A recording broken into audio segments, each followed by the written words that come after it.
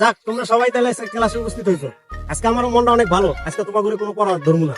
আজকে তোমাদের ভবিষ্যৎ সম্বন্ধে আমি জিজ্ঞাসা করবো। তোমরা বড় হইয়া কে কি হইতে চাও? তো কারে দিয়া জিজ্ঞাসা করি? আচ্ছা মমিন, তুমি বলো, বড় হইয়া তুমি কি হইতে চাও? স্যার আমি বড় হইয়া হিরোলার মতো দেশের ব্যবসা করবো, ব্যবসা করে পরে হিরোলার মতো নায়ক হবো। ঠিক আছে। আচ্ছা এবার আচ্ছা সজীব, এবার তুমি বলো। আচ্ছা, আর আমার বড় হওয়ার স্বপ্ন আমি পরিমণির মতো নায়িকারে বিয়ে করবো আর শরীফুল রাজের মতো নায়ক হমু।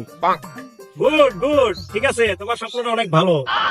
আচ্ছা কি সোনার চান্দু বাচ্চা, তোমার কি খবর? তুমি বড় হইয়া কি হইতে চাও বলো দেখি বাচ্চা। স্যার আমার স্বপ্ন তো একটা না দুইটা, একটা হইলো পড়ালেখা না করে পাস করবো, আর একটা হইলো কোনো কাজ কাম না করে কোটি কোটি টাকা মালিক হবো। তোকে ভবিষ্যতের স্বপ্নের কথা শুই না আমার স্বপ্নই আমি ভুলে গেছি।